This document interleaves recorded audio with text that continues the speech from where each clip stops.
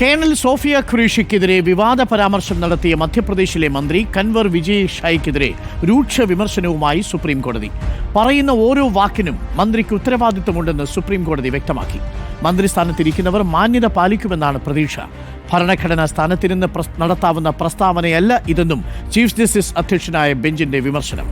FIR റദ്ദാക്കണമെന്നാവശ്യപ്പെട്ടുള്ള ഹർജി പരിഗണിക്കണമെന്ന ആവശ്യം ഉന്നയിക്കവെയാണ് supreme കോടതിയുടെ വിമർശനം. ശ്യാം ദേവരാജുണ്ട് കൂടുതൽ വിവരങ്ങളുമായി. ശ്യാം ദേവരാജ്, ഹൈക്കോടതിക്ക് പുറമെ സുപ്രീം കോടതിയുടെയും രൂക്ഷമായിട്ടുള്ള വിമർശനമാണ് വിജയ് ഷായ്ക്ക് ഇപ്പോൾ ഏൽക്കേണ്ടി വന്നിരിക്കുന്നത്. അതോടൊപ്പം എഫ്ഐആറിന്റെ ദൗർബല്യത്തെക്കുറിച്ച് കൂടി പറയുന്നുണ്ട് മധ്യപ്രദേശിലെ ജബൽപൂർ ഹൈക്കോടതി. എന്താണ് കൂടുതൽ വിവരങ്ങൾ?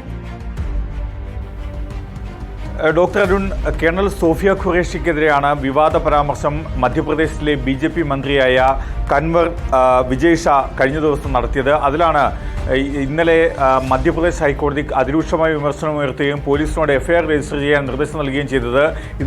ഇതിനെ തൊട്ടു പിന്നാലെയാണ് മധ്യപ്രദേശ് പോലീസ് കൻവർ വിജയ് ഷായ്ക്കെതിരെ എഫ്ഐആർ എടുത്തത്.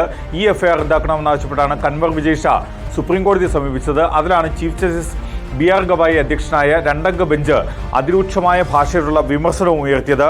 പറയുന്ന ഓരോ വാക്കിനും മന്ത്രിക്ക് ഉത്തരവാദിത്തമുണ്ട് എന്നാണ് സുപ്രീം കോടതി വിമർശനമായി പറഞ്ഞത്. മന്ത്രിസ്ഥാനത്തിരിക്കുന്നവർ മാന്യത പാലിക്കുമെന്നാണ് പ്രതീക്ഷ.